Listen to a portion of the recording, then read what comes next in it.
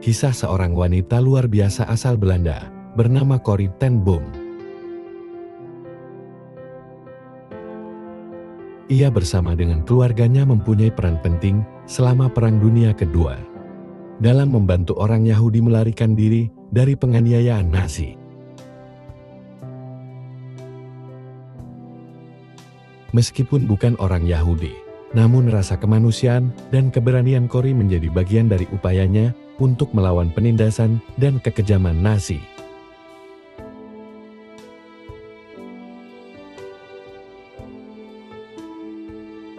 Selama pendudukan Nazi di Belanda, keluarga ten Boom mengubah rumah mereka menjadi tempat perlindungan bagi orang Yahudi.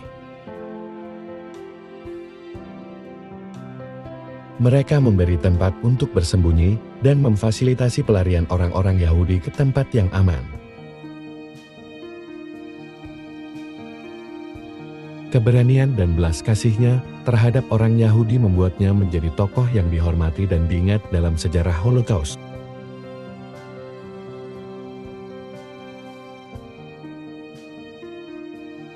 Hingga pada tahun 1944, tentara Nazi menyerbu rumah mereka dan menangkap seluruh keluarga.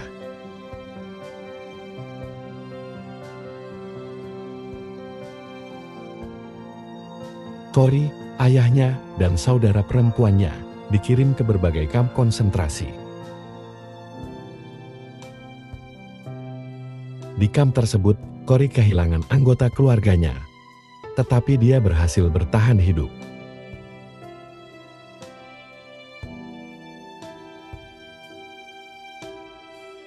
Di dalam kamp konsentrasi, Corrie mengalami penderitaan yang luar biasa. Ia tinggal di barak yang penuh sesak dengan banyak orang dan sanitasi yang buruk, hingga menyebabkan wabah kutu di tempat tidur mereka. Meskipun kutu-kutu itu menyebabkan penderitaan fisik dan psikologis bagi para tahanan lainnya, Corrie menemukan bahwa keberadaan kutu-kutu tersebut sebenarnya merupakan berkah yang tak terduga.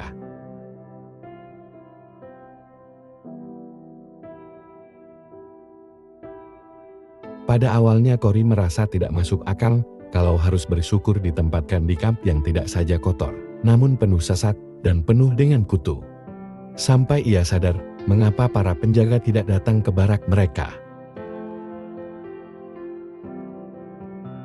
Tentara-tentara Nazi seringkali tidak ingin masuk ke barak yang penuh dengan kutu, karena mereka tidak ingin terkena gigitan kutu atau membawa kutu keluar dari barak.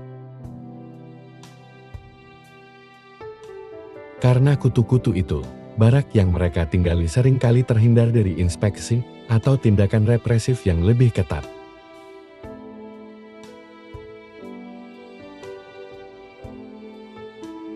Hingga pada akhirnya, Corrie ten Boom berhasil keluar dari kamp konsentrasi pada Desember tahun 1944 melalui serangkaian peristiwa yang dianggap sebagai keajaiban.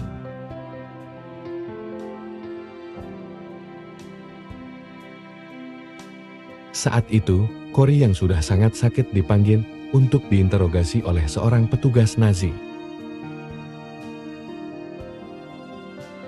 Karena kondisi kesehatannya yang sangat buruk, petugas tersebut memutuskan untuk mengeluarkan Corrie dari kamp dan memindahkannya ke sebuah penjara di luar kamp.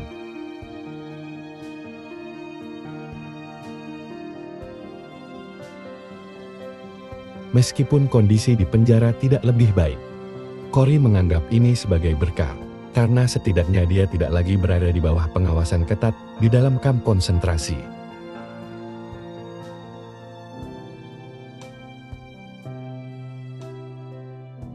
Beberapa waktu kemudian, terjadi sebuah kesalahan administrasi di mana Corrie dan beberapa tahanan lainnya, termasuk orang-orang yang juga sakit parah, secara tidak sengaja dibebaskan.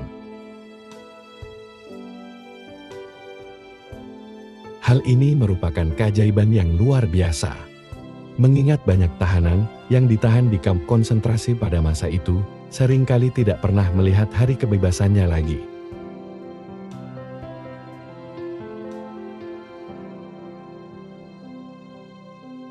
Belajar dari kisah Corrie, Apakah kutu-kutu itu ada dalam hidup kita?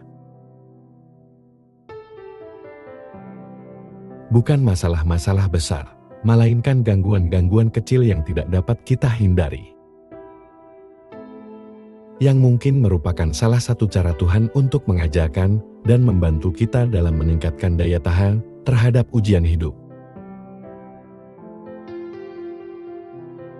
Ketika kita marah, kesal, kecewa akan tekanan-tekanan hidup yang mungkin sedang kita alami sekarang, ingatlah kutu-kutu tadi dan ucapkan syukur pada Tuhan. Karena mungkin itu jalan yang Tuhan beri untuk hidupmu yang lebih baik.